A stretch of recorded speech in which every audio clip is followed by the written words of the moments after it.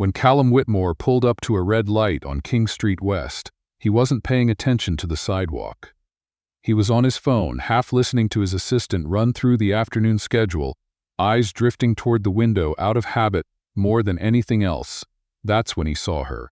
She was sitting against the brick wall of a closed shop, her coat too thin for an October morning in Toronto, a small cardboard sign propped against her knee.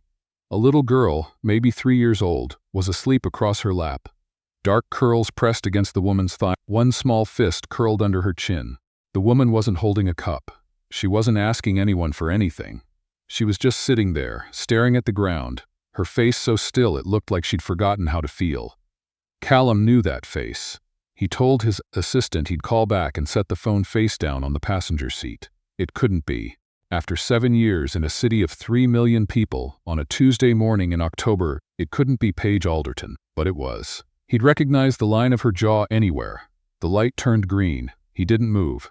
The car behind him honked once, then twice.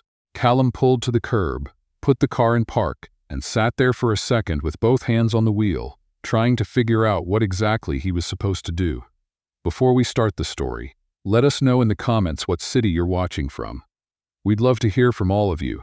Now let's get into it. Callum Whitmore was 38 years old, the founder and CEO of Whitmore Capital, a private equity firm headquartered in the financial district that managed just over $400 million in assets. He had grown up in Oakville, the son of a self-made contractor who believed that softness was something you could afford only after you'd made enough money to protect it. Callum had taken that lesson seriously, perhaps too seriously. He was the kind of man who remembered every number in a deal and forgot half the names of people he'd spoken to at dinner the night before. Efficient, some would say. Cold, said the others. He hadn't thought about Paige Alderton in years. Or at least he'd told himself that. He got out of the car. She looked up when she heard his footsteps, the way people do when they've learned to track sounds without meaning to. For a second she didn't react. Then her eyes went wide, and something passed across her face. Not relief, not happiness. Something closer to shame. Callum, she said. Her voice was steady, which surprised him. Paige. He crouched down so he wasn't standing over her. The little girl stirred on her lap but didn't wake. What happened? She looked away. Don't, I'm not. I'm just asking. I know what you're doing, she said quietly. Please don't. He looked at the child. Dark hair like Paige's. Small mouth pressed into a slight frown even in sleep. Is she yours? Yes. How old? 3.5. He was quiet for a moment. The wind came off the lake and the woman pulled the edge of her coat tighter over the little girl's shoulder. The coat wasn't enough. It was 42 degrees. Come with me, Callum said. No, Paige. I said no. She finally looked at him. There was nothing weak in her expression. That was the thing that caught him off guard. She wasn't humiliated. She was exhausted, and there's a difference. I don't need your charity. It's not charity, he said, though he didn't know exactly what it was yet. You're sitting on the sidewalk in October with a child who's cold. I'm not leaving you here. A long silence. The little girl opened her eyes, dark brown, serious, blinking slowly at Callum with the frank curiosity that only very small children. Hi, Callum said. The girl looked at him. Then she looked up at her mother. Paige closed her eyes for a second. Then she said, Her name is Brinley. He took them to the hotel suite he kept for out-of-town clients on Wellington Street. It was closer than his house, and he didn't want to spend 40 minutes in the car with Paige staring out the window in silence while he tried to figure out how to speak to her. The suite had 2 rooms, a kitchenette, and a view of the CN Tower on clear days. A housekeeper named Denise met them at the door, and without being asked, disappeared into the kitchen and reappeared 10 minutes later with soup and toast and a warm blanket for Brinley. Callum watched Paige watch her daughter eat. The little girl wrapped both hands around the mug and drank with her eyes closed, cheeks slowly flushing pink. Whatever Paige was feeling, she kept it behind her eyes. You don't have to explain anything tonight, Callum said from across the table. I know, she said. Tomorrow, if you want to. We can talk. She nodded, but she didn't look at him. When Brinley fell asleep on the couch with the blanket tucked under her chin, Paige sat with her arms crossed, staring at the carpet. Callum sat in the chair across from her, not looking at his phone for the first time all day. You have a meeting at 7 tomorrow, she said finally. He blinked. What? You had a Tuesday morning client call at 7. then a 9:30 at the firm. You were probably on your way in when you saw us. She glanced at him briefly. You haven't changed. You remember my calendar. I used to run your calendar, she said. Some things stay with you. He had no response to that. Paige had been his executive assistant for 2 years, from when she was 24 until she was 26. She'd been exceptional at the job. Organized, calm, nearly impossible to rattle. She'd also been the only person in the office who'd ever pushed back on him directly and been right often enough that he eventually stopped being annoyed about it and started listening. He hadn't replaced her well. He still hadn't, really. She'd left the firm without much warning. He'd assumed she'd gone to a competitor. He'd never asked. What happened? He said again. Quieter this time. She was still looking at the carpet. His name was Drew. We were together about a year and a half. I was pregnant when we moved in together. He knew. He said he was ready. He wasn't. She paused. When Brinley was 8 months old, he left. Said he wasn't built for it. Cleaned out the joint account on his way out. Callum kept his expression flat, though the muscles in his jaw tightened. I went back to work as soon as I could find childcare I could afford. Contract work, mostly administrative, some bookkeeping. Enough. For a while. She exhaled slowly. Then the woman who was watching Brinley moved to be closer to her own family. I couldn't afford the agency alternatives. I missed shifts. I lost the contracts. The landlord, she stopped. That's the short version. How long have you been outside? 6 weeks, she said, on and off. There's a shelter on Spadina. They have family spots, but you have to be out by 7 a.m. Some days we come back at night. Some days there isn't room. She said it all with the same flat, measured tone she used to use when she was walking him through a quarterly report.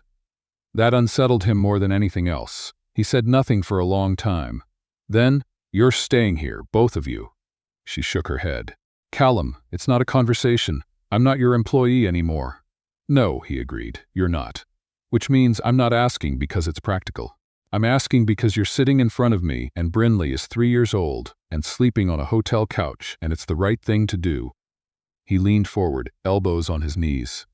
Let me help, that's all I'm asking. She looked at him for a long moment. He couldn't read her expression. He'd never fully been able to, which had always frustrated him. 1 week, she said finally. 2. She almost smiled at that. Almost. You haven't changed at all. They settled into something like a routine over the following days. Paige was up before Callum every morning, always had coffee made, always had Brinley fed by the time he stopped by before his commute. The first few times he offered to take them to breakfast, she said no. The 4th time she agreed, and brought Brinley, who ate half a stack of pancakes and fell asleep on Paige's shoulder in the cab home. He didn't ask about her plans, she didn't ask for anything, but he watched her, not in the way he used to watch her work. Cataloging efficiency and outputs, differently now. He noticed how she read to Brinley every night with the same quiet patience, how she never once complained, how she found humor in small things and laughed softly, mostly to herself, when Brinley said something unexpected. She was still the same person, that was the thing. 6 weeks of sleeping on shelter cots hadn't changed who she was. He found that both admirable and somehow hard to sit with. On the 5th day, Callum came back from the office to find her at the kitchenette table with her laptop open. She'd borrowed it from him. Working through what looked like a job listing spreadsheet. She had 8 tabs open. Can I look? He asked. She turned the laptop toward him. Administrative roles, most of them. 1 junior operations manager position, 1 HR coordinator. She'd ranked them by estimated commute time and whether they offered flexibility on start times. The flexibility column, he said. I can't send Brinley to daycare at 7 a.m., she said simply. She's 3. Some places open at 8, some at 8:30. So the job has to start at 9, minimum, or I need to work somewhere with flex start. What's your ideal situation? He asked. If you could structure it. She thought about it for a second. Actually thought, not just deflected. Remote, or hybrid. I was good at project management. Not just coordination, actual process design. Setting up systems, tracking deliverables. I did a lot of it for you informally. It never had a title. It should have had a title, he said. She gave him a dry look. It should have had a salary bump, but that's a different conversation. Fair, he said. He sat down across from her. Whitmore Capital is restructuring its operations team. I've been looking for a project coordinator, someone who can build out the internal workflow systems, not just manage them. It's contract initially, with the intention to make it permanent. She looked at him steadily. I'm not going to take a job just because you feel responsible for me. I don't feel responsible for you, he said. I feel guilty that I never noticed you were being underused when you worked for me. That's different. He paused. The position is real. I was going to post it this week. I'm offering it to you first because I know your work and I know you're qualified. That's the full story. She held his gaze for a long moment. I'd need to see the actual scope. He emailed it to her that night. She came back with notes the next morning. 14 points, several of which identified gaps in his own brief that he hadn't noticed. He read them at his desk and sat quietly for a full minute afterward. He called his operations director and said the hire was moving forward. Let's take a little break. If you've made it this far in the story, type Maple in the comments. Only the real ones will know. Now, back to where we were. 3 weeks after Paige and Brinley had come to stay at the Wellington suite, Callum's phone buzzed with a message from his friend and former business partner, Stuart Crane. Heard you've got a woman staying at the Wellington property. You want to fill me in before I hear it from someone else? Callum replied. Nothing to fill you in on. Stuart called him instead. Callum, come on. She's a former employee who needed somewhere to stay. She's also now a current contractor. It's straightforward. Is she the one from before? The assistant? Paige something? Where did you hear that? Someone at the firm mentioned it. You know how it gets. Stuart paused. Look, I'm not judging. I just want to make sure you're not making decisions with your emotions rather than your head. I am aware of the distinction, Callum said. Thank you. He hung up and sat with the call for longer than he'd have liked. Not because Stuart was right, but because he wasn't entirely wrong either, and Callum knew it. What he felt for Paige wasn't something he'd named. He wasn't sure it needed a name yet, but when he came back to the suite in the evenings and heard Brinley's voice through the door, higher, I can reach it, and found her standing on the coffee table, while Paige held both her hands, trying to touch the ceiling. Something happened to his chest that he didn't know what to do with. He'd built a company on certainty. He wasn't comfortable in the spaces where he didn't know the answer. He kept it to himself. The situation changed on a Thursday evening in early November. Paige was in the suite's small living room when Callum got home. She wasn't reading, wasn't working. She was sitting with her hands in her lap, Brinley asleep in the next room, staring at nothing in particular. He recognized the expression. Something had happened. He set his bag down. What is it? She looked up. Drew called. Callum waited. He's back in Toronto. He says he wants to be part of Brinley's life. She let out a long, slow breath. He wants to meet her. What do you want? She shook her head. I don't know. Part of me, she stopped. Part of me wants to say no. Protect her from someone who's going to disappear again. But she's going to ask about her dad eventually. She already does sometimes. She calls him the man in the picture because there's an old photo I kept. Her voice was even, but her hands weren't. One was pressed flat against her knee, hard. I don't know what's right. Do you trust him? She laughed, short and without warmth. No. Then don't let him in until you do, Callum said. You're not obligated to hand your daughter over to someone who walked away from her at 8 months old just because he's decided he's ready now. That's not how it works. She looked at him. That's surprisingly direct. I'm not known for being subtle. No, she agreed. You're not. A pause. He was awful on the phone, not aggressive, just indifferent, like he was doing me a favor by calling, like I should be grateful. She shook her head. I'm not going to let him in and out of her life whenever it's convenient for him. If he wants to be her father, he shows up every time. Not just when it suits him. That's the right instinct, Callum said. She met his eyes. You sound sure. I am. She held his gaze for a moment longer than felt casual. Then she looked away, and neither of them said anything for a while, and the quiet between them was the kind that doesn't need to be filled. She called Drew back 2 days later. Callum didn't ask what she said. She told him anyway. She'd said that Brinley wasn't available for a casual visit from someone she didn't know. That if Drew wanted a relationship with his daughter, it would need to be consistent, structured, and through a family mediator. That she wasn't angry, she wasn't punishing him. She was just making clear what Brinley needed. Drew had said that was unreasonable. Then he'd said some other things that were worse. Then he'd hung up. She told Callum this over breakfast while Brinley ate a bowl of oatmeal and dropped raisins into it one by one with profound concentration. Paige's voice was calm throughout. When she finished, she picked up her coffee mug and looked out the window and said, "I feel like I can breathe again." "Good," he said. "I kept waiting to feel guilty. I don't. You shouldn't. I know." She smiled. A real one, small and private, mostly to herself. "I just needed to say it out loud." Brinley looked up from her oatmeal. "Mama, can I have more raisins?" "You have plenty of raisins," Paige said. "I want more. Bryn, please?" Callum pushed the raisin container across the table. Brinley looked at him with enormous solemnity and then helped herself to a fistful. Paige pressed her lips together, visibly trying not to laugh. "You're not helping," she told him. "I'm an only child," he said. "I never had to negotiate with anyone." She did laugh then, properly, and the sound of it did something to the room. The work was going well. Better than well, actually. 3 weeks into the contract, Callum's operations director, Miles, sent an email to the full firm. "The new intake workflow is live. First one we haven't had to rebuild mid-cycle in about 2 years." Credit to Paige Alderton for actually reading the previous versions and figuring out where they were breaking down. "Callum forwarded it to her," she replied. "Tell Miles he's welcome. Also, your onboarding documentation has 7 versions and none of them agree with each other. I'm fixing that next." He showed it to his assistant, who read it and said, "I like her. She used to work here," Callum said. "I know," his assistant said. "I looked her up. She's the reason the Q3 reporting format makes sense. She built that before she left." A pause. "You let her go." "She left," he said. His assistant gave him a look that was eloquent in its restraint and went back to her desk. He sat with that for a while. That evening, he stopped by the suite on his way home. He didn't always. Sometimes he just went to his apartment. But tonight he knocked, and when Paige opened the door, she had a spreadsheet printed on paper and was holding a red pen. "You still print things," he said. "I think better on paper," she said. "Come in." Brinley was at the table with a coloring book.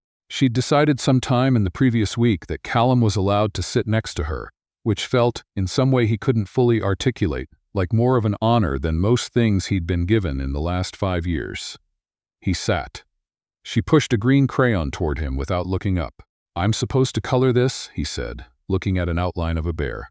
"The grass," Brinley said with authority. He colored the grass. He did it carefully, which made her squint at him. "You're going outside the lines," she told him. "That's fine," he said. "Grass doesn't have perfect edges." She considered this with the gravity of a small person encountering a new idea. Then she went back to her own page. Paige was watching from the other side of the table. She had the same expression she got sometimes when she was looking at something she hadn't expected to find there, like it caught her off guard. She dropped her eyes back to her spreadsheet before he could say anything. It was Brinley, as it turned out, who said the thing that neither of them had managed to say. They'd been out to a park near the waterfront on a Saturday. Paige's idea, a small concession to the fact that Brinley had started referring to hotel rooms as where we live and needed a change of scenery. The lake was gray and flat and cold, but Brinley didn't care. She ran circles around a tree for 10 full minutes, then sat in a pile of leaves and announced that she was a bird. "What kind of bird?" Callum said. "The big kind," she said. "A goose?" She thought about it. "Yes, a goose." He sat on a nearby bench. Paige sat beside him, close enough that their shoulders were almost touching. She'd been a little quiet all morning. Not unhappy, just somewhere else. "She's going to start asking questions," Paige said. "About what?" "About you." A pause. "About why you're around, about what you are to us." He looked at her. She was watching Brinley throw leaves in the air and watch them fall. "What do you want to tell her?" he asked. Paige was quiet for a moment. Then, "I don't know what's true yet." He thought about that. "What would you need to know for it to be true?" She turned to look at him. The wind was doing something to her hair, and she tucked a strand behind her ear. An automatic gesture, the kind of small thing that shouldn't mean much. "That you're not helping us out of guilt," she said. "Or pity. Or because it's easier to manage a situation than to walk away from it." "I'm not," he said. "You told yourself that in the beginning." "I know," he said. "It's not what it is now." She held his gaze. "Then what is it?" He didn't answer right away. He'd spent 48 hours the previous week writing an 8-page investment thesis on a healthcare portfolio. He could account for every assumption. He could defend every number. But this, sitting on a park bench in November while a 3-year-old declared herself a goose, this he couldn't reduce to a memo. "I don't want to go home to my apartment," he said. I've had it for 6 years and I've never minded. Now I mind." He looked at her. "That started about a month ago." She was very still. "I'm not asking for anything," he said. I know where you are. I know what you've been through, and I'm not about to put something else on your plate that you have to figure out. I just wanted to answer your question honestly." Brinley came running back and crashed into Paige's knees. "Can we get hot chocolate?" "Yes," Paige said, after a second. Her voice was a little softer than usual. "We can get hot chocolate." She glanced at Callum sideways, and he saw it. The beginning of something, not named, not finished, but real. They had a harder conversation 3 weeks later. It started because of something small. Callum had his assistant book tickets to a charity gala he had to attend, and without thinking, he'd booked 2. He mentioned it to Paige in passing. She got very quiet. "You booked 2 tickets," she said. "Yes. You didn't ask me." He paused. "I should have asked you." "You're right." She looked at him. "Do you know how long it took me to feel like I had any say in what my life looked like? After the last year, I spent so long just reacting to things, surviving whatever came next." Her voice was steady, but there was an edge in it. "I can't go back to being managed." "Even kindly. That's fair," he said. "I need you to ask me," she said. "Not assume." "I understand," he said. "I'm sorry. I'm not good at this." "No," she agreed. "You're not a beat, but you're learning." "Which is more than I expected, honestly." He nodded. He thought about what she'd said for the rest of the evening, and again the next morning on his commute, sitting with the particular discomfort of recognizing a pattern in himself that he didn't like. He sent her a message that afternoon. "The gala is on the 14th. I'd like it if you came with me. Would you want to?" Her reply took a while. Then, "Yes, but I'm wearing what I want to wear." He wrote back, obviously. She sent a small laughing emoji. He looked at it for an embarrassingly long time. "Now let's play a little game. For everyone who's made it this far, type Tim Hortons in the comments. You know who you are." And now, back to the story. The gala was at the Fairmont Royal York. Paige wore a deep green dress she'd found at a consignment shop in Kensington Market. She told him this with a kind of defiant straightforwardness, like she was daring him to have an opinion about it. He didn't have an opinion. He had a different problem, which was that he couldn't stop noticing her the entire night. And he knew enough people in that room that it was becoming a professional liability. She was extraordinary at it. She'd met 6 people he hadn't introduced her to, simply by being in the right place when the right conversation started. She remembered names. She asked questions that made people feel like they were interesting. By the end of the evening, 2 of his colleagues had separately told him she was impressive, using the exact same word. In the car home, she was quiet for a while. Then she said, "Your friend Stuart was there. He didn't like me." "Stuart doesn't like most people until they've proven they're not trying to take something from him," Callum said. "Give him time." "He asked me how I knew you," she said. "I told him I used to work for you," he said. "Just work?" She looked out the window. "I told him that was a rather personal question for someone I'd just met." Callum felt a cold flicker of irritation. "What did he say to that?" He laughed. "Like I'd passed some kind of test." She shook her head slightly. "I don't like being tested." "No one does," he said. She turned to look at him. "He's going to keep wondering what this is. Other people will too." "Let them wonder," he said. She was quiet. Then, "Callum, what do you want this to be?" He looked at her in the dim light of the car. Outside, the city moved past them, all lit amber and white, the way Toronto looks in November when it's trying to be beautiful. "I want it to be real," he said. "Whatever that takes. I'm willing to figure that out if you are." She held his gaze. For a long moment, neither of them said anything. Then she reached over and put her hand on his, not taking it exactly, just resting it there. It was a small thing. It meant everything. "Okay," she said. "We figure it out." They did. Not neatly and not all at once.